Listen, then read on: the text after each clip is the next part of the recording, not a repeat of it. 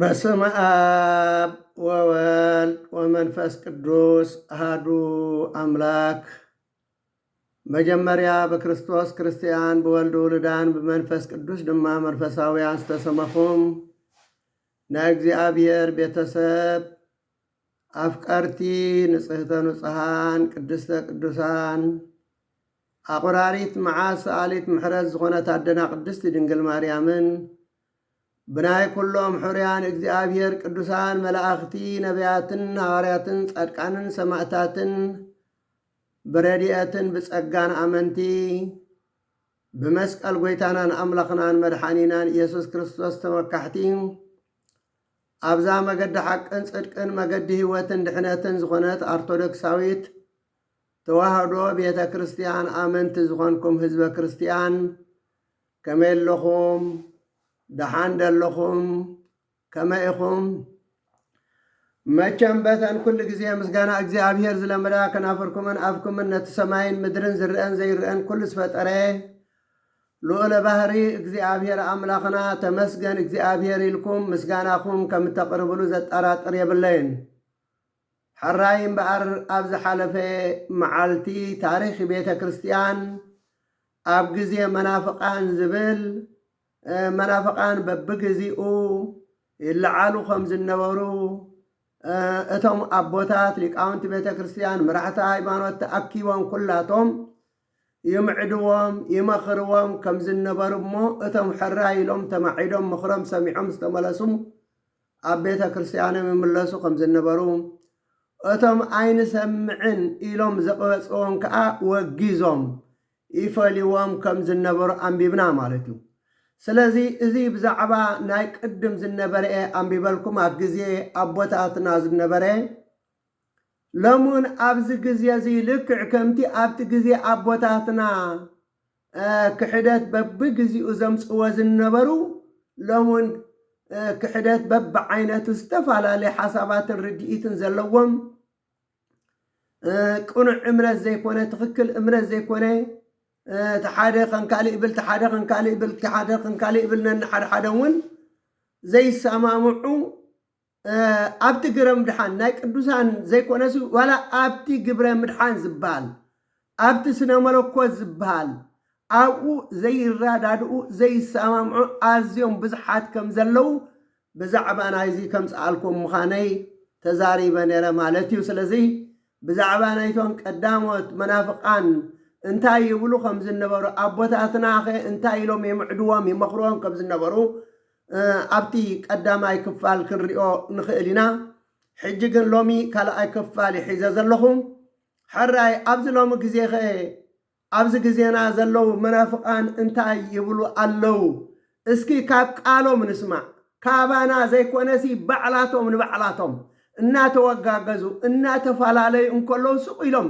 በቃ ንረብሓ ንጠቕሚ ኢሎም ኣብ ሓደ ዝእከቡ እምበር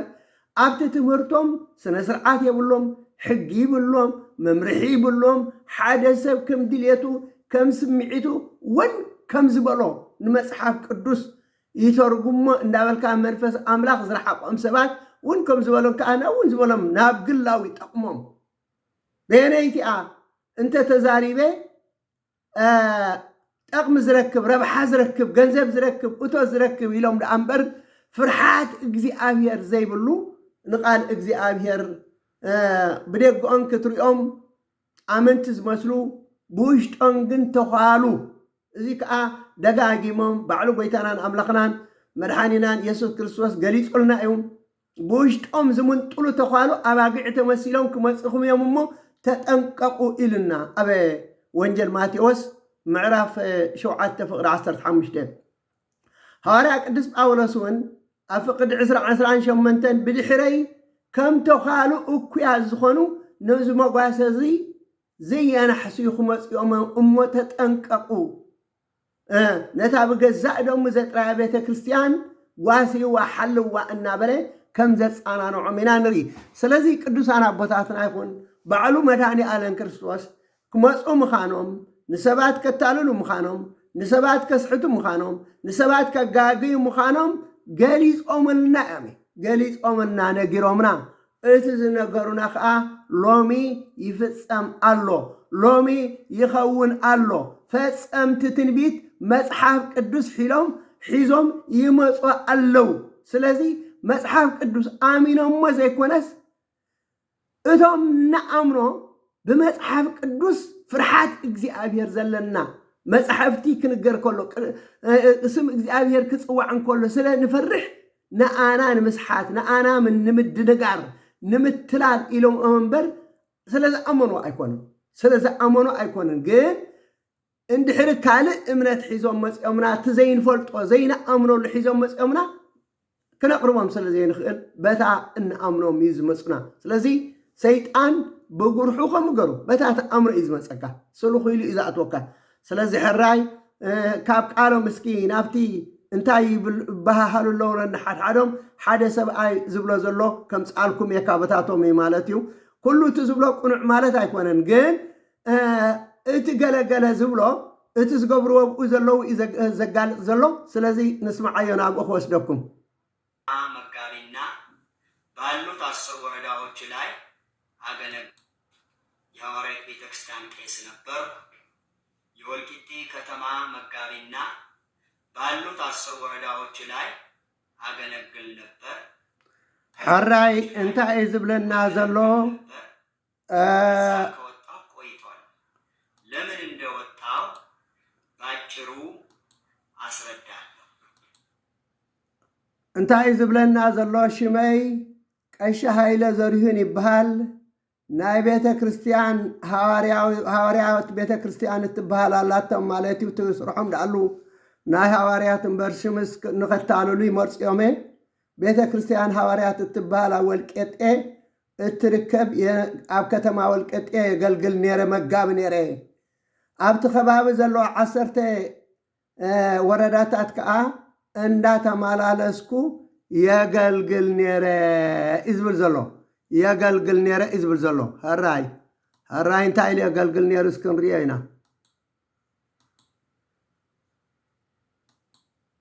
ወገኖቼ በሙሉ ባላችሁበት ሰላም ለእናንተ ይሁን። አንደኛ ብዙ ወገኖች ለምን ከዛ ወጣ የሚል ጥያቄ ያቀርቡልኛል። እንዴት ከእውነቲቱ ቤተክርስቲያን ከእውነተኛይቱ ቤተክርስቲያን እንዴት ወጣ ይሉኛል። ሕራይ ቀዳማይ ብዙሓት ፈተውተይ ብዙሓት ኣሕዋተይ እንታይ ኮይንካ ካብዛ ቅድስቲ ካብዛ ቅንዕቲ ቤተ ክርስቲያን ወፂካ ይብሉኒ ይብል ኣሎ ዝወፃእ ኩሉ ምክንያት ግን ከረድኡ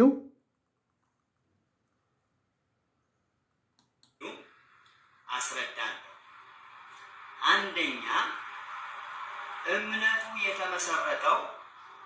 በህልም ነው።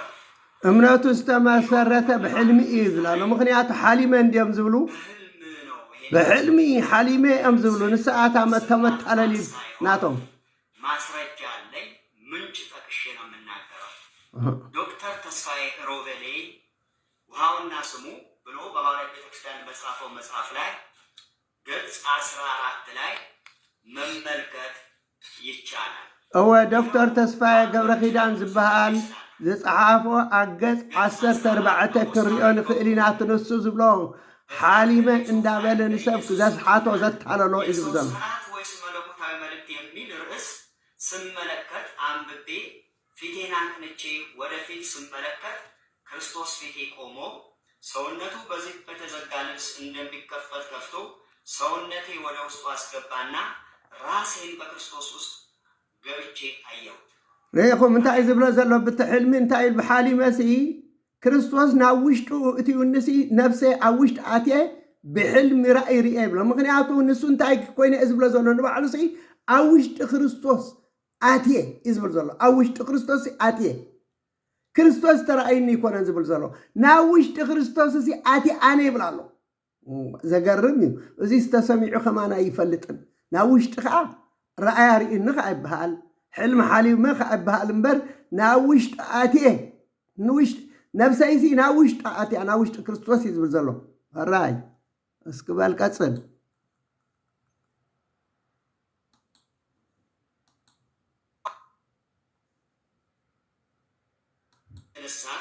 መንቀጥቀጥ ያዘ። ለማወቅ ፈልጌ ኢየሱስን ለመጠየቅ በፊቱ ተደፋሁ። እትራአይ ትርጉም ደልየ አቅድሜ ኢየሱስ ከአተፍ ወይ ውሽጥ አት የነረይ ብልነረስ ይጀኻ አቅድሙ ተደፍየ ይብላለሁ ራቆቱ እንደሆነ የሚያሳይ ነው አለ። ከዚያም እነዚህ ጥቅሶች ተመልከትና ለዳግም ልደት በስሜ ተጠምቀህ ልበሰኝ አለኝ። ጥቅሶቹም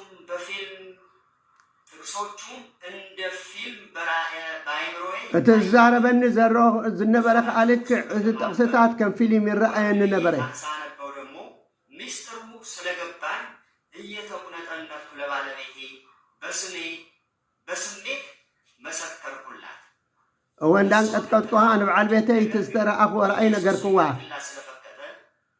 ኢየሱስ ሊገልጥላት ስለፈቀደ በጣም ታማ ባልጋ ላይ ያለች ከስቃያ የተነሳ ስትወራጭ ደንግጣ ያችን አንብቤ የተለወጥኩበትን መጽሔት በእጇ ነካቻትና ከዚያም አንስታ ማንበብ ጀመረች። እያነበበች ሳለች ኢየሱስ በሽታዋን ወስደውና ትፈወሳለች። በሽታዋን ስታዳምጥ ምንም የለም። ከአልጋዋ ወርዳ ብትቀመጥ ምንም የበሽታ ስሜት የለም።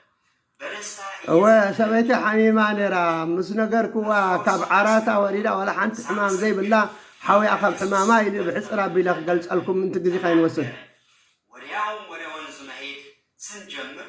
በመንገድ አቁሞን ጽሑፉን ወደ ላኩልን ሰዎች ሄደን እንድንጠመቅ አዘዘንና ሄደን ተጠመቅን ይላል። ከይድና ተጠሚቅና ይብሎ ምክንያቱ ተጠመቕ ስለ ዝበለኒ ከይደ ተጠሚቀ ናብቲ ቃላይ ከይድና ይዝብ ዘሎ እሳቸው የተናገሩት ንግግር ነው እዚህ ጋር ያሰፈረው።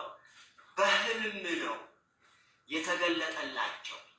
በራእይ ነው። እንደው አንዳንድ ጊዜ ምን ይላሉ፣ እኛ የጥንቱ የሐዋርያት እምነት ተከታይ ነን፣ ከነሱ የተኮረጀ የተቀዳ ነው ቢሉ ውሸት ነው፣ በህልም ነው። አንደኛ ወጣሁበት ንሳቶም ዝብልዎ ካብታ ቀዳመይቲ ናይ ሐዋርያት እምነት ኢና ዝብሉ ንሳቶም ግን ሓሰትዩ ብሕልሚ ዝተረኣየና እዮም ዝብሉ ኣብቲ ውሽጢ እምነቶም እምበር ብደገ ኣሎም ናይ ሐዋርያት ቤተ ክርስቲያን ዝብልዋ እምበር ንሳቶም ብሕልሚ ተገሊጹልና እዮም ዝብሉ እምበር ነቲ ካልእ ናይ ሐዋርያት እምነት ዘለዎም ኣይኮኑን እዩ ዝብል ዘሎ። እምነት ኣይኮነን። እንታይ ደኣ ፈሊጦም ብደገኦም ናይ ሐዋርያት ክበሃሉ ቤተ ክርስቲያን ሐዋርያት ኢሎማ ኣብቲ ውሽጦም ግን ብሕልሚ ተገሊጹልና ዝብል ናቶም ስርዓት ናቶም እምነት ፈልዮም ንኦም ከም ዝጥዕሞም እዮም ዝገብሩ እዩ ዝብል ዘሎ። የሰማርያውስ እምነት ተከታዮች ሆነው ስላገኘኋቸው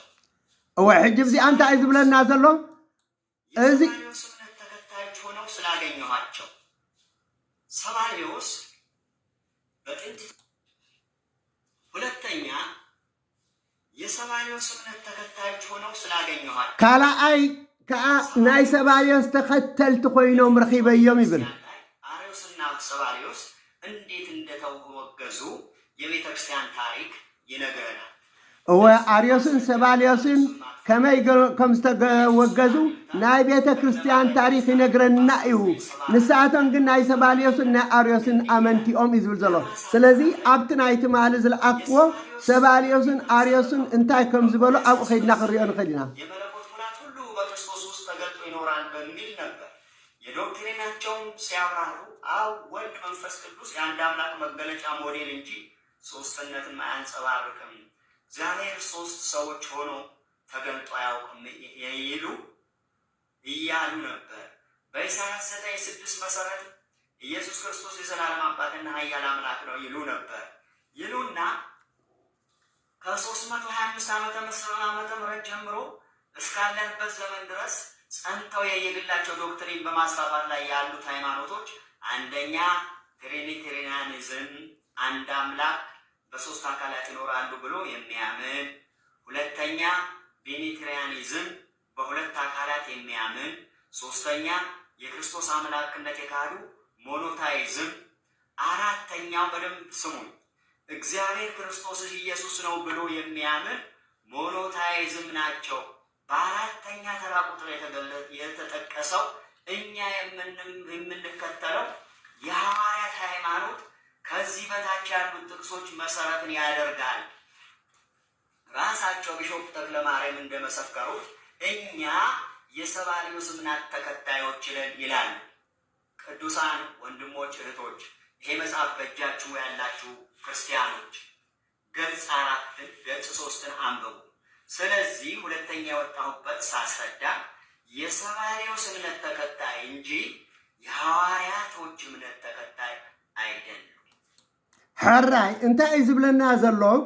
ካልኣይ ዘውፃኣኒ ይብላሎ ቀዳማይ ካልኣይ እንዳበለ ይጠቂስዎም ዘሎ ናይ ሰባልዮስ ሰዓብቲ ኮይኖም ስለ ዝረኸብክዎም እምበር ናይ ሃዋርያት ሰዓብቲ ኣይኮኑን። አርዮስን ሰባልዮስን ከዓ ከም ዝተወገዙ ታሪክ ቤተ ክርስቲያን ይነግረና እዩ። ምክንያቱ እዞም ሰባት እዚኣቶም ተኸተልቲ ናይ ሰባልዮስን ናይ አርዮስን እዮም። ብጭብጢ ክትርእይዎ እንተደሊኹም ኣብቲ ናይቲ ኸለማርያም ዝበሃል መፅሓፉ ኣብ ቁፅሪ 3 ቁፅሪ 2 ክትረኽብዎ ትኽእሉ ኢኹም። ኣብን ወልድን መንፈስ ቅዱስን ሓደ ኣምላኽ ሓደ ኣካል ሓደ ገጽ እዮም ዝብሉ ኢሉ። ምክንያቱ ኣብቲ ናይቲ ማለት ሰደድክዎ ሰባልዮስን አርዮስን እንታይ ከም ዝበሉ ኣብኡ ተመሊስኩም ረኣይዎኹም። ስለዚ እዞም ናይ ሃዋርያት ቤተ ክርስቲያን ኣብን ወልድን መንፈስ ቅዱስን ሓደ ኣምላኽ ሓደ ኣካል ሓደ ገጽ ዝብሉ እምበር ሰለስትነት ኣይኣምኑን። በዚ ምክንያት እዚአ ገዲፈዮም ካበታቶም ወፅአ። ምክንያቱ እንታይ ኮይንካ ኢኻ ወፂካ ትብሉኒ ዘውፅኣኒ ምክንያትካ እዚ እንዳበለ በብሓደ እዩ ዝገልፆ ዘሎ እቲ ዘውፅኦ ዘሎ። ስለዚ ተኸተልቲ ናይ ሰባልዮስን ናይ አርዮስን ኮይኖም ስለ ዝረኸብክዎም አርዮስን ሰባልዮስን ከዓ ታሪክ ቤተ ክርስቲያን ከም ዝገለጸልና ከም ዝተወገዙ ብቤተ ክርስቲያን ብጉባኤ ዝነግረና። ንሳቶም ግን ሰዓብቲ ናይ ሃዋርያት ዘይኮኑስ ሰዓብቲ ናይ ሰባልዮስን ናይ አርዮስን ስለ ዝኾኑ በዚ ምክንያት ዝገዲፈዮም እዩ ዝብል ዘሎ። የመጣ ሰማያዊ ስጋ ተገለጠልን ስላል ከሰማይ የመጣ ስጋ ተከታይ አይደለም። ሶስተኛ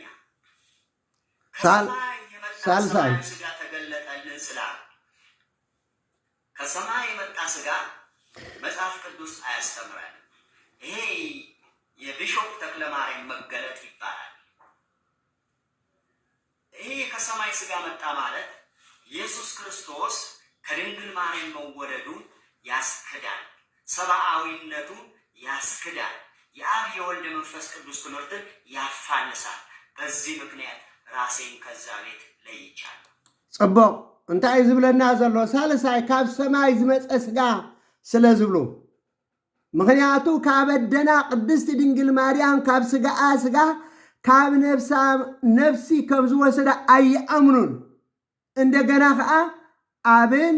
ወልድን መንፈስ ቅዱስን ሓደ ኣምላኽ ሰለስተ ኣካል ኢሎም ኣይኣምኑን። ስለዚ እዚኣቶም ንናይ ስላሴ ዘፋልሱ ንስጋ ናይ ኣደና ቅድስቲ ድንግል ማርያም ከዓ ኣይወሰድን ኢሎም ንክርስቶስ ሰብ ከም ዝኾነ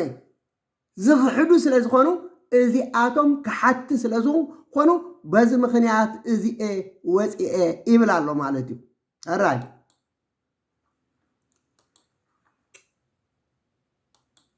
ክብር ለእግዚአብሔር። አራተኛ ራብዓይ የእግዚአብሔር ልጅ የሆነው ኢየሱስን እግዚአብሔር አብ ነው ስለሚሉ መጽሐፍ ቅዱስ አንድም ቦታ ከማቴዎስ እስከ ራእይ ድረስ ብታነቡ ኢየሱስ ክርስቶስ እኔ እግዚአብሔር አብ ነኝ ብሎ አያውቅም። የእግዚአብሔር ልጅ ነኝ፣ አብ ላከኝ፣ የሰው ልጅ ነኝ፣ አብ አዘዘኝ፣ አብ ሁሉንም ስልጣን ሰጠኝ፣ አብ ለማዳን ልኮኛል እያለ ተናግሯል እንጂ በዚህ ምክንያት ኢየሱስ ክርስቶስ ያላለውን መጽሐፍ ቅዱስ ያላለውን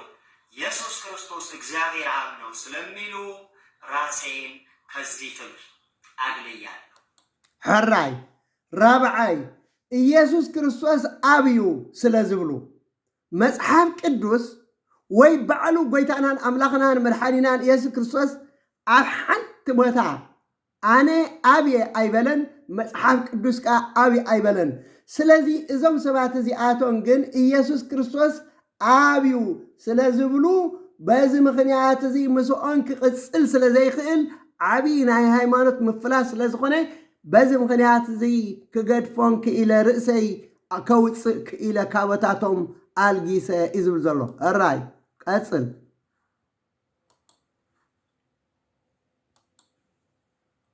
በአገልግሎት ስም ወደ ንግድ ስለገቡ የንግዱም ስም መክዱ ራሴን ከዚህ ትምህርት አግልያለሁ። አምስተኛ ሓምሻይ በአገልግሎት ስም ወደ ንግድ ስለገቡ የንግዱም ስም መክሊት ይባላል። መክሊት ማለት ንግድ ነው። አንድ ነጋዴ ለትርፍ እንደሚሰራ ትርፍ የሚያገኙበት መንገድ ነው። ይሄ መክሊት በመላው ኢትዮጵያ በሶስት አደረጃጀት ተደራጅተው የእናቶች አገልግሎት፣ የአባቶች አገልግሎት፣ የወጣቶች አገልግሎት ተብሎ ህዝቡን የሚበዘብዙበት መንገድ ስለሆነ ከዚህ ራሴን አግልያለሁ። ሕራይ እንታይ ዝብለና ዘሎ ሓሙሻይ ብስም ሃይማኖት ናብ ንግዲ ስለ ዝኣተው እዩ ዝብለና ዘሎ ናብ ንግዲ እቲ ንግዲ ከዓ ስም ናይቲ ንግዲ ከዓ መክሊት ይበሃል። መክሊት ከዓ ንግዲ እዩ። ሓደ ነጋዳይ መክሰብ ከም ዝደለየ ኣብ ኩለን ኣብያተ ክርስቲያናት ኣቂሞም ኣለዉ። እቲ መክሊት ዝብል ኣብ ሰለስተ ከፋፊሎም ኣብ ኩለን እተን ጨናፍር ንሶም ዝኽተልኦም ኣብያተ ክርስቲያናት ዝብልወን ኣብ ኩለን ብሰለስተ ኣጋባብ ተዳልየ ኣሎ። ናይ ኣቦታት ኣገልግሎት፣ ናይ ኣዴታት ኣገልግሎት፣ ናይ መንእሰያት ኣገልግሎት ከዓ ይበሃል። እዚ ከዓ ንህዝቢ ዝብዝብዝሉ መንገዲ እዩ ህዝቢ ዘሎ ንህዝቢ ዝብዝብዝሉ መንገዲ ስለ ዝኾነ ኣነ ካብዚ ከምዚ ዝኣመሰለ ነገር ርእሰይ ኣግሊለ ርእሰይ ኣውፅኤ መዚኣቶም ምቕፃላየ ወፃንን እዩ ኣብቲ ናይ ዘለኣለም ምክንያቱ መፅሓፋዊ ዘይኮነ ቅዱስ ነገር ዘይኮነ ባዕሎም ንባዕሎም ክረብሑ ጥራይ እምበር እምነት ዝብሎ ወይ እምነት ዝኽተሎ ስለ ዘይኽተሉ ካብዚ ክወፅእ ክኢለ ርእሰይ ካብዚ ፈልየ ይብሉ ኣሎ ማለት እዩ። የሙታን ትንሣኤ ስለሚክዱ መጽሐፍ ቅዱስ ህዝቡን የሚበዘብዙበት መንገድ ስለሆነ ከዚህ ራሴን አግልያለሁ። ስድስተኛ የሙታን ትንሣኤ ስለሚክዱ መጽሐፍ ቅዱስ እንደሚነግረን ሙታን የማይበሰብሱ ሆነው ይነሳሉ ይላል። እነሱ ግን ሰው በኢየሱስ ክርስቶስ ስም ሲጠመቅ የክርስቶስ ሥጋ ይለብሳል፣ በተውሶ ሥጋ ይነሳል ይላል። መጽሐፍ ቅዱስ ግን ክቡር ሥጋውን እንዲመስል የተዋረደውን ሥጋችን ይለወጣል። ይህ ሥጋ ይለወጣል፣ ሙታን የማይበሰብሰው ሆነው ይነሳሉ ይላል እንጂ ከሰማይ ይመጣል አይልም። ስድስተኛ ሕራይ ሻድሻይ ትንሣኤ ሙታን ስለ ዝኽሕዱ እዩ። ምክንያቱ ሞት ከም ዘሎ ይእመኑ እኳ ደኣ እምበር ካብ ሰማይ ዝመፅእ እቲ ሥጋ ይብሉ። እቲ ንስኻ እቲ ናትካ ሥጋስ ኣይትስእን እዩ ዝብሎ። መጽሓፍ ቅዱስ ከም ዝብለና ግን ዝበለበየ ዝበስበሰ ናብ ሓመስ ተቐየረ ኣራዊት ዝበልዖ ቃላይ ዝሓጦ ውሕጅ ዝወሰዶ ናብ ሓደ ሰለስተ ኣዋጃት እዩ ዘሎ። ኣብቲ መጀመሪ ኣዋጅ ካብ ዘለዎ መፂኡ ናብ ሓደ ክእከብ እዩ ዝብለና። ኣካልኣይ ከዓ ኣዋጅ ከዓ ልክዕ ከም ሽዑ ዝሞተ ሬሳ ክኸውን፣ ኣብ ሳልሳይ ከዓ ካብ ፅፍሪ እግርና ክሳብ ፀጉሪ ርእስና ሓንቲ ኣካል ከይጎደለትና ክንለዓል ኢና እዩ ዝብል። ስለዚ እዞም ሰባት እዚኣቶም ግን እዚ ስጋና ምሳና ዘሎ ክብስብስ እዩ። ሃየይ ካልእ ስጋ እዩ ካብ ሰማይ ዝወፅእ ምካልእ ሰብ ይክፍጠር እምበር ንሕናስ ክንትስእ ኣይንኽእልን ማለት እዩ። በዛር ኣርባናቶም እዚ ከዓ ኣዝዩ ስሑት ኣዝዩ ጉጉይ ስለ ዝኾነ ርእሰይ ካብዚ ከምዚ ዝኣመሰለ ስሕተት ኣግሊለ ኣለኹ እዩ ዝብል ዘሎ።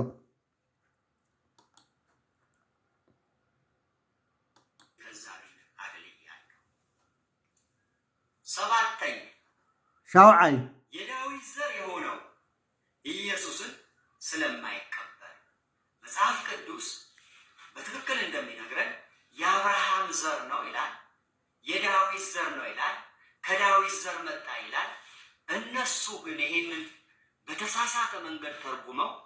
ለምእመኖቻቸው የተስፋ ዘር ነው እንጂ የዳዊት ዘር የሚል የለም ብለው ስለሚክዱ በዚህ ምክንያት ራሴን ከነሱ ወይም ከዛ እምነት ወይም ከዚህ ኑፋቄ እምነት ራሴ ለይቻለሁ። ሕራይ እንታይ ዝብሎ ለሻውዓይ ካብ ዘር ዳዊት ምዃኑ ኢየሱስ ክርስቶስ ስለ ዘይቅበሉ ናይ ተስፋ ዘርእኦም ዝብሉ እምበር መጽሓፍ ቅዱስ ከም ዝብለና ካብ ዘር ዳዊት ካብ ዘር አብርሃም ከም ዝኾነ ክርስቶስ ይዝገልጸልና ንሳቶም ግን ካብ ሰማይ ዝወረደ ስጋ ደኣሉ እምበር ወዲ ዳዊት ኣይኮነን ወዲ አብርሃም ኣይኮነን ወዲ ዘርኢ ናይ አብርሃም የብሉን ክርስቶስ ስለ ዝብሉ በዚ ምክንያት እዚ ርእሰ አግሊለ ኣለኹ ኣብቲ ናይቲ ማሊ ዘንበብ ኩልኩም ቁልጥፍ ቁልጥፍ ኢለ ደኣለይ አንቢቤ ዘለኹ እምበር ገሊጸልኩም ኣለኹ እዚ ናይ በዓል ሰባልዮስ ናይ በዓል መቅደንዮስ ናይ በዓል ናይቶም ዝተፈላለዩ ትማሊ ዘንበብ ኩልኩም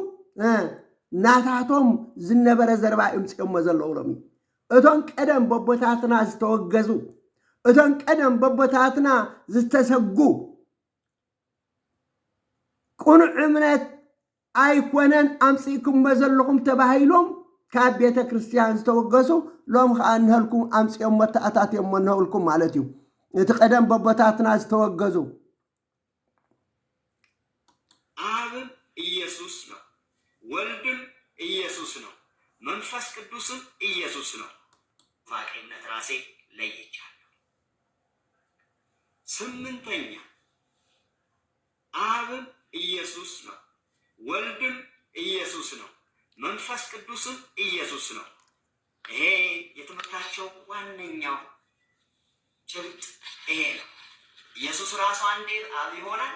አንዴ ወልድ ይሆናል፣ አንዴ መንፈስ ቅዱስ ይሆናል። መጽሐፍ ቅዱስ ግን እንዲህ ብሎ አያስተምረንም። ምክንያቱም ዮሐንስ 14 ቁጥር 1 ላይ እንዲህ ይላል፣ በእግዚአብሔር እመኑ በእኔም ደግሞ እመኑ፣ በአባቴ ቤት ብዙ መኖሪያ አለ። እመኑ በአባቴ እመኑ በእኔ አለ እንጂ እኔ አብ ነኝ አለ። ቁጥር 6 ላይ እንደውም ሄደን ስናነብ ምን ይላል? መንገድም እውነትም ሕይወትም እኔ ነኝ፣ በእኔ በቀር ወደ አብ የሚመጣ የለም እያለ መጽሐፍ ቅዱስ እንዲህ አብራርቶ ስለሚነግረኝ ስለዚህ ራሴን ከዚህ እምነት አግልያለሁ። ዘጠነኛ ሰው የሚድነው በእምነት ሳይሆን ሕራይ ሻሙናይ ኢሉ ሻሙናይ ኢየሱስ አብዩ ወልዲ እዩ ኢየሱስ መንፈስ ቅዱስ እዩ ኢየሱስ ወልዲ እዩ ኢሎም ሰለስቲ ሲኡም እዚ አብን ወልድን መንፈስ ቅዱስን ቅድስት ቤተ ክርስቲያንና ንአብ ፍጽም ገጽ ፍጽም አካል ፍጽም አልከዓለዎ ንወልድ ፍጽም ገጽ ፍጽም አካል ፍጽም አልከዓለዎ ንመንፈስ ቅዱስ ፍጽም ገጽ ፍጽም አካል ኣለዎ ስላሴ በአካላት ሰለስተ ብመለኮት አካል ሓደ እዮም ኢላ ተአምን። ስለዚህ እዞም ሰባት እዚኣቶም ግን ኢየሱስ አብ እዩ ኢየሱስ ወልዲ እዩ ኢየሱስ መንፈስ ቅዱስ ኢሎም እዚ ሓደ አምላኽ ጥራይ እምገርሞ ዘሎ ንገለሻብ አብ ይኸውን ንገሻብ ወልዲ ይኸውን ንገለሻብ ከዓ መንፈስ ቅዱስ ይኸውን ኢሎም ስለ ዝኣምኑ መጽሓፍ ቅዱስ ግን ከምዚያ ይምህረናን ከምዚያ ይብለናን መጽሓፍ ቅዱስ እናበለ ኣብቲ ትማሊ ገሊጸልኩም ስለ ዘለኹ ሎሚ ክገልጻ ይኽእልና ብኸይድኩም ናብቲ ናይ ትማሊ ክትከድዎ ትኽእሉ ኢኹም ብዛዕባ እቲ ናይ ቀደም ዝተወገዙ ኣቦታትና ስለ ዝኾነ ኣብኡ ኩሉ ገሊጸ የለኹ እዚ ማለት እዩ። ግን ሎሚ ከም ዘለው እተን ቀደም በቦታትና ዝተወገዙ ሎሚ እውን መጺኦም ከም ዘለው ንኽንፈልጥ ንኽሰምዑ ቃሎም ካብ ባዕላቶም ንሕና ብንብሎ ኦርቶዶክስ ብትብሎ ዘይኮነስ ንባዕሉ እዚ መናፍቃን እዩ ካብታ ሃዋርያዊት ቤተ ክርስቲያን እትበሃል ካብተን ብዙሓት 40 ገለን ጥራይ ኣነ ኢትዮጵያ በፂሐን ዘለዋተን ናይ መናፍቃን ጨናፍር ስለዚ ሓንቲ ካብተን ጨናፍር እዮም። ስለዚ ዋላ 5 ዋላ 6 ሒዝካ ከም ድሌትካ በቃ ሒዝካ ምኻድ ጥራይ ምጓዓዝ እዩ ዘሎ። ስለዚ ብዛዕባ ቤተ ክርስቲያን ብዛዕባ ሕንፍሽፍስ ብዛዕባ ምፍልላይ ብዛዕባ ሓድነት ኣይግድሶምን ጥራይ ንሶም ዝና ንባዕሎም ክረኽቡ እከለ እኮልኩ ከምዚ ገሩ ሰበኻዩ ከምዚ ኢሉ ጥራይ ንሳቶም ብሰብ ኣድናቆት ክረኽቡ ክብሪ ክረኽቡ ክጀሃሩ ክዕበዩ እምበር ብዛዕባ ሓድነት ቤተ ክርስቲያን ቅንጣብ ትኸውን የብሎም። ስለዚ ሕጂ ከመይ ዝብል ዘሎ በዚ ምክንያት እዚ ንገለሻ ኢየሱስ ኣብ ይኸውን ወልዲ ይኸውን መንፈስ ቅዱስ ይኸውን ኢሎም ስለዝኣምኑ እቲ ቀንዲ እምነቶም ንሱ ስለዝኾነ በዚ ምክንያት እዚ ኣነ ክገድፎም ክኢለ ርእሰይ ከውፅእ ነብሰይ ከውፅእ ደልየ በዚ ምክንያት እዚ ገዲፈዮም እዩ ዝብል ዘሎ በስሙ በጥልቅ ውሃ መጠመቅ እያለ መጽሐፍ ቅዱስ እንዲህ አብራርቶ ስለሚነግረኝ ስለዚህ ራሴን ከዚህ እምነት አግልያለሁ። ዘጠነኛ ሰው የሚድነው በእምነት ሳይሆን በኢየሱስ ክርስቶስ በስሙ በጥልቅ ውሃ መጠመቅ ነው ይላል። በኢየሱስ ክርስቶስ ስም በመጠመቅ ነው እንጂ ሰው የሚድነው ኢየሱስን በማመን ብቻ አይድንም ብለው ስለሚያስተምሩ ሓንሳብ ኣብዚኣ ሕጂ ታገጋ ኣብዚኣ ንባዕሉ ተጋጊሎ ዝበሉ ሰብኣይ ምክንያቱ እንታይ ይብሉ ኢልዎም ንኣታቶም ሰብ ዝድሕን ብእምነት ጥራይ ዘይኮነስ ክጥመቕ እውን ኣለዎ ስለ ዝብሉ እዩ ዝብል ዘሎ ኣብዚ ግን ገጋይ ልክዕ እንድሕር ኣሚንካ ንክርስቶስ ክትጥመቕ ኣለካ እንተ ዘይተጠሚቕካ እታ ውልድነት ናይ እግዚኣብሔር ትበሃል ኣይክትረኽባን ኢኻ ምክንያቱ እዚ ስለ ዝተዛረበ ከንቅቡል ገርኩም ከይትወስዶ እዚ ኣብተን ካልእ ዝብለን ዝነበረ ፅቡቕ ነይሩ ቤተ ክርስቲያንና ትብሎ እያ ኣብዛ ሕጂ ዝብለ ዘለ ግን ሰብ ብእምነት ጥራይ ዘይኮነስ ክጥመቕ ኣለዎ ከዓ ስለ ዝብሉ ይብላ ኣሎ ኣብዚኣ ናቱ ጌጋ እውን ዘለዋ እያ ናይ እዚ ሰብኣይ እዚ ጌጋ እያ እምበር ሰብ ብእምነት ጥራይ ክጸድቅ ከም ዘይኽእል በኢየሱስ ክርስቶስ ስም በመጠመቅ ነው እንጂ ሰው የሚድነው ኢየሱስን በማመን ብቻ አይድንም ብለው ስለሚያስተምሩ በቃ ዶክትሪናቸው ይሄ ስለሆነ መጽሐፍ ቅዱስ ግን በሮሜ 10 ቁጥር 9 ላይ ኢየሱስ ክርስቶስ ጌታ እንደሆነ በልብ ብታምን እግዚአብሔር ከሙታን እንዳስነሳው በአፍ ብትመሰክር ትድናለህ። ሰው በልቡ አምኖ ይጸድቃል፣ በአፉ መስክሮ ይድናል። ሁለተኛ ዮሐንስ ወንጌል ምዕራፍ 3 ቁጥር 18 በእርሱ በሚያምን አይፈረድበትም፣ በማያምን ግን በአንዱ በእግዚአብሔር ልጅ ስላላመነ አሁን ተፈርዶበታል። ስለዚህ ይህ የውሃ ጥምቀት አስተምሯቸው የእግዚአብሔርን ቃል የሻረ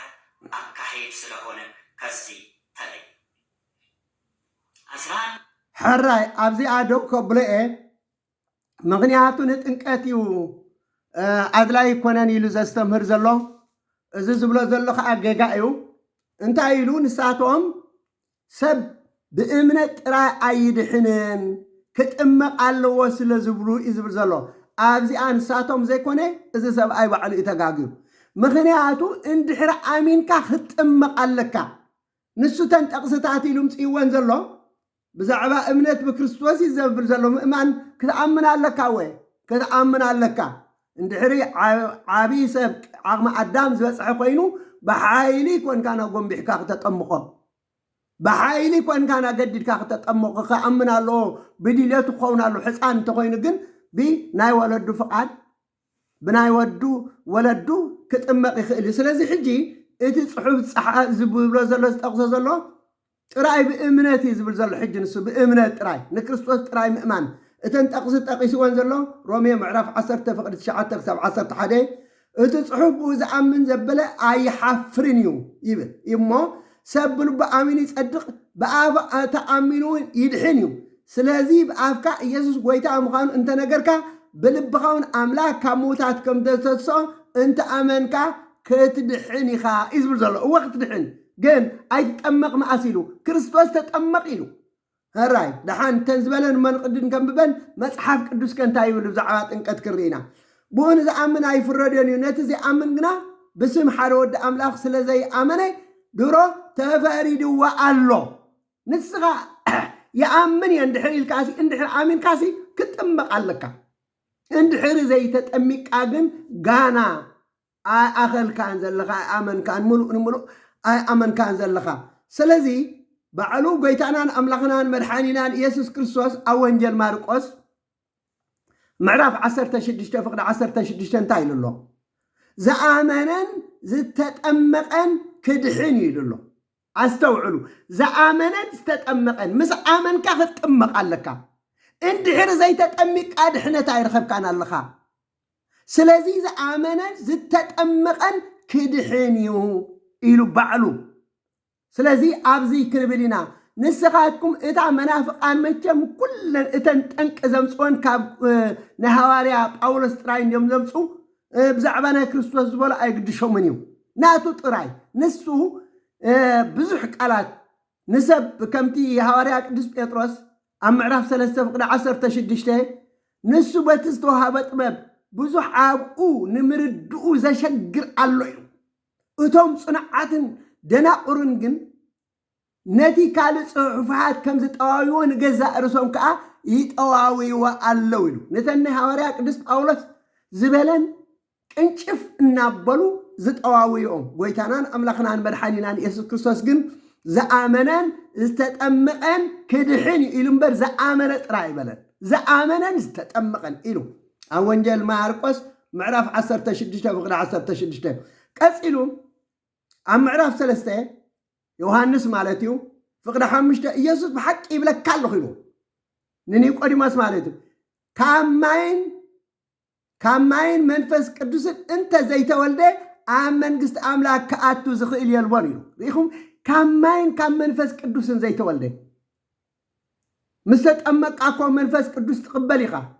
سلازي كاماين كام منفس قدوس انت زي تولده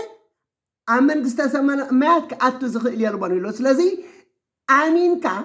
اندحر زي تتأميكا نام منغست سمايات مؤتاو زبحال يلن كاب قال كريستوس زعب يلن هواريا قدس باولوس كا بزعبا ايت امانو ايت تطمق ايبلن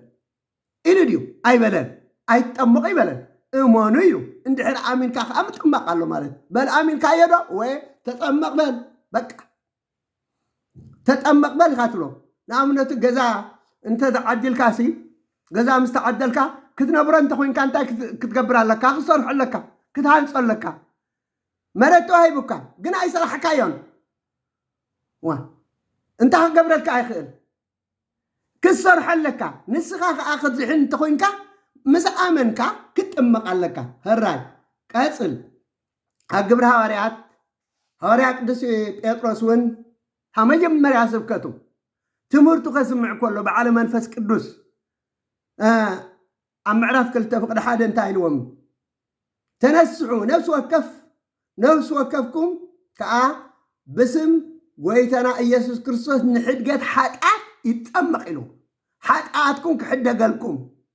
كتساريو انتو خوينكم زي تتأمقوا له تتأمقوا سلازي تنكت عبد حنات آزي وسانيو اندحر زي تتأمقا دحنات رخيبكا مالتا يكونن كتدحن تكونكا تطمق لك قبر هواريات معرف 22:16 هواريات قدس باولوس كتطمق مس آمن انت إلوتي زتأمق زنبره هانانيا حجي انتاي تدنقيلو تتأمق سم قويتا الناس اوعكا خا كاب حاتات كاتحاسب ريهم كاب حاتات كاتحاسب تتأمق كاب حاتات كاتحاسب كاب حاتات كاسري كاب حاتات كانصح سلازي حاتات أستسرين يتنقت مبال نتي قويتا مدهاني على كريستوس زهابنا تأزاز ام بمبال مالتي سلازي أفتيتو معرف 3:5 محرتو بمحصاب حدش لدتن بحداث منفس قدسن يزدحان النايلو ريخم بمحرتون بمحصاب حدش لدتن بمنتاي محصاب بتنقات بمنتاي حاجات حصاب بتنقات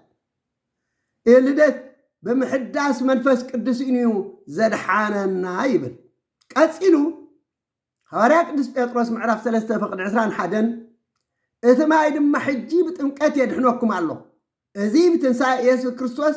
لما نوصلنا حلنا ناب املاخ ينبر محصاب رسحات سغا ايكونن بلنا تنقات انطمقو رسحات ناي سغا ما انت حاسبلنا يكوننا ما انت خندحينا ناي زلعالم هيوت كنورس ولد املاك كنكون ناتهم استقبلوا بشمون زامنو غنا بشمون زتطمقو غنا ولد املاك خونو مسل هاوم نسخاتكم نتابا ابو الى زصوع منفس ولدنتكم استقبلكم دقيم نكريستوس موارستو ناملاك ورستو يخم يزبلنا سلازي انقات رسحات سغا كصريلنا ايكونان انطمق انتاي دا كندحن أبغلاتي أمعرف 3:26 بكريستوس تتطمقكم زبلكم نكريستوس لبسكم أخمو بإمنات بإيسوس كريستوس كل خاتكم ولد أملاككم ولد أملاك تكون أيتخلين أنت زي تتأمك ولد أملاك تكون أيتخلين ولد أملاك أنت زي كون كخا أيلحان كان سلازي كتدحين كتأمق عليك أوانجل ماتيوس بعل قيتانا أملاخنا مدحانينا إيسوس كريستوس أبت مجم ودعت أكسانا بتم كله نسمعك عرض كله انتايلوم كيلو نقول لهم أحزاب بسم آبن ولدن منفس قدوس النات أمكم زعززكم كله حلقة أنامهاركم دك أمازامر تيقبر وميلو سلازي نزي أيدلن مبال انتاي مالتيو كابيز مسأة مرتيو تنكاتا يدلن مبال ازي عبي سحتات عابي قاقايو سلازي قدامي قرنطوس معرف 6:11 خنتاي بلنا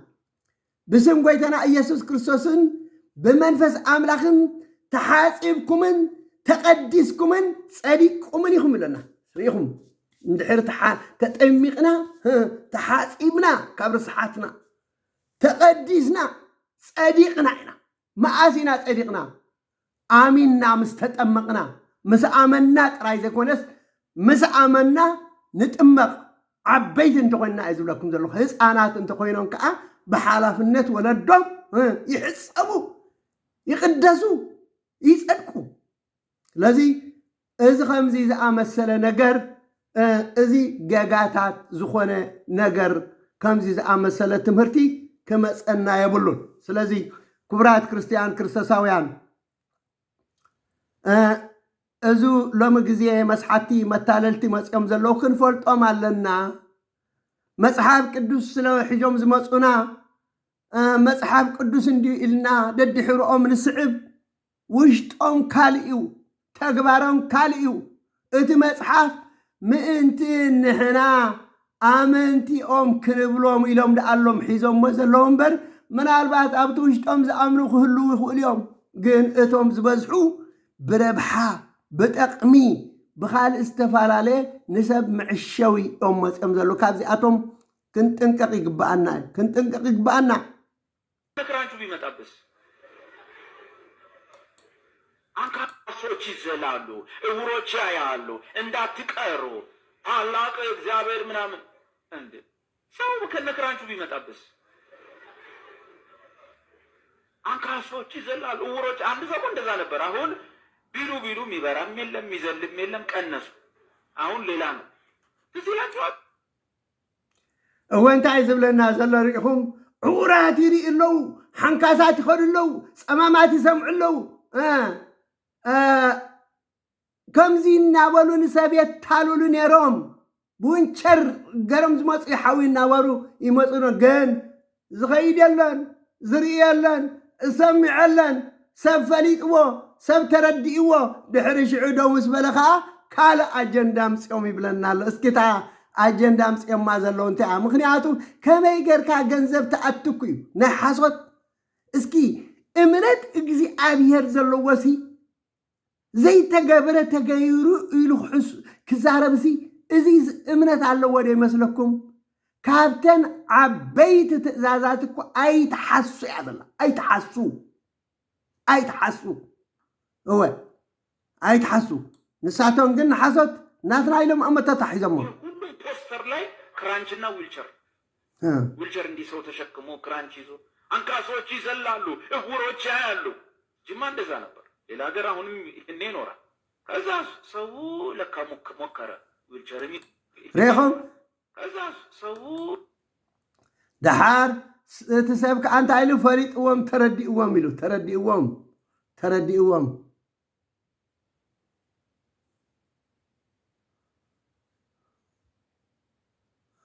أوام فريد أوام ريخم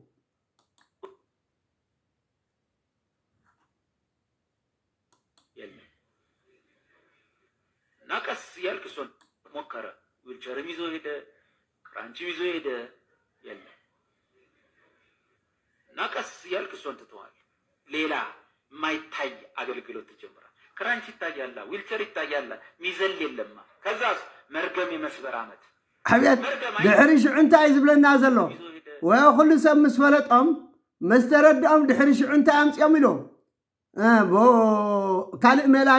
نغير مخنياتو زحوي اللون زطعي اللون زياتهم حسوتيهم متاللتيهم مداناغرتيهم إلو سب مسفلتهم كالئ ميلا قيرهم انتهي دا زي رئنغر انتهي دا مرقم يسبار عليلو مسغر مرقم كاسير ايو زنبركا صقمات كل فتحيو هجي نزب كخفتلك ايو ازي كتركبيخا انابلو كالئ حاسوت مهيزوم يزبزلو ناقص يالكسون تتوال ليلا ناقص يالكسون تتوال ليلا ما يتاي أغلقلو تجمرا كرانشي تاجالا ويلتر تاجالا ميزل لما كذا مرقمي مسبر عمد مرقم يتاي من جنك صبرا صبر كوتلا سوالين بلو يدا عند كرانشي سبير يا مرقم كاتب لا أميني لخيت سبير لا من نظر يلم وكا حراي كبرات كريستيان كريستاساويان كما يقرون غنزب تأتون بر بزعبان اي كالي ناي حاسوات ناي متففا ناي سرقيناتنا يلوم بسم هايمانوت يوم تتحيزم مزلو كابزم كمزيهم زأمسلو كنت انقاقي قبانا ازوم ببقزيقو زقلقلو زنبورو كحتل لولت هايمانوتن منافقان بتم شعوز النبري لك اونتي بيتا كريستيان كامس احافتي زقبا معدان مخرني وهابم اكوان تنبري كم تهاري قدس أولس أب إبراويان معرف شدشته فقدر وعتك ساب شدشته أتم حدا جزيه برهان تقبلوا سماوي وبز طعمو تما قلت منفس قدس ونزخنو نتسنى يزخنك الأملاك حيلنا إتا اتمسع عالم طعمو انت ودقون ود أملاك بجزاء فقدهم كم بحد الشقيلهم ملاقص سلازقبروا بنسحاكم اللوس أي خلنيو كم زبل فاسمم كاب كحداتن سحتاتن كملسو أي خلون يوم مغنياتو سيطان ماريخوهم سلا زي خلو لقاونتي بيتا كريستيان وقيزون كاب بيتا كريستيان فاليوم أماني رومتان قدامت سلا زي أونجل يوهانس معرف 4 فقد حدا قنتا يبلنا أتم فقراته يبلنا اللو قدسان أبوتاتنا هواريات أتم فقراته بزحات حسوت نبياتنا بعالم توفيرهم قالوا إلو بزحات حسوت بعقي بزحات حسوتنا بعالم توافيرهم قالوا أتم منافستي كام أملاخ انت خوينهم مرمر انبرن مرفس زبلا كله أي تأمن ويلنا نمنفس أملاخ بزيهم اتفلتوا إيسوس كريستوس سب كوينو ريهم سب أيكونن كاب سماء وريدي أمنمنا سب كوينو كاب قدس دنجل ماريام كاب سقا كاب نفس وسيدو كم زمص من زبل كل منفس كاب أملاخير ندنا قدس دنجل ماريام زأمن زبل أدو مخانا ولاديتو مخانا كاب سقا وسيدو كم استولده زأمن زبل كل منفس كاب እግዚአብሔርዩ ኢየሱስ ክርስቶስ ሰብ ኮይኑ ማለት ካብ ደና ቅድስት ድንግል ማርያም ካብ ስጋ ካብ ነፍስ ወሲዱ ከም ዝመጽአ ዘይእመን ዘበለ ኩሉ መንፈስ ግና ካብ አምላኽ አይኮነን ይብለና ካብ አምላኽ አይኮነን በልዚያቶም እዚ እቲ ከም ዝመጽእ ሰሚዕኩም ዘለኹም ናይ ጸረ ክርስቶስ መንፈስ ይብሉ እዚአቶም ጸረ ክርስቶስ ይምበሉ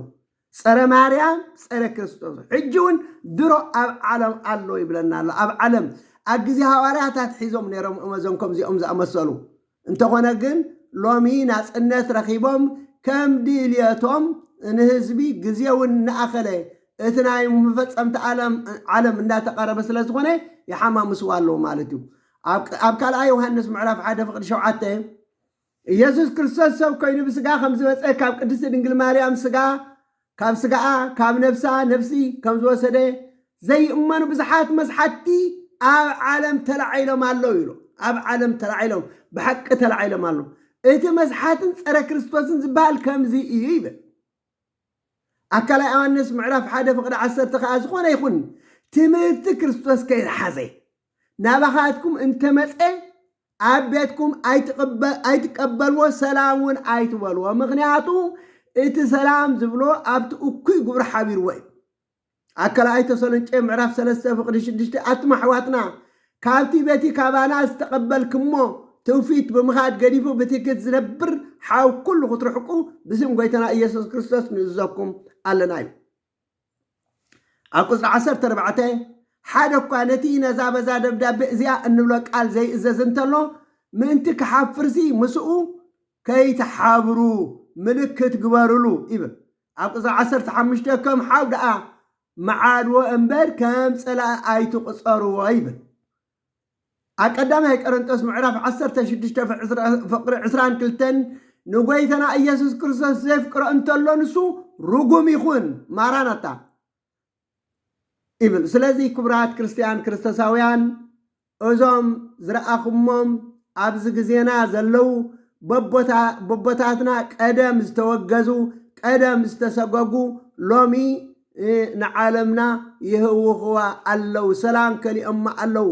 ሰብ ንኣምላኹ ከየምልኽ ጥርጥር እናምፁ ኣብ ቤተ ክርስቲያን ኣክንዲ ጸሎት ዝገብር ናይ ክርክር እምነት ኣምፅኦም ኣለውሞ እግዚአብሔር ኣምላክ ካብዚኣቶም የድሕነና ካብዚኣቶም ይሰውረና ሰላም መዓልቲ ይግበረልና هراي ناكل شرك أبلو كلهم سمعوا أكبروا هراي سلام معلتي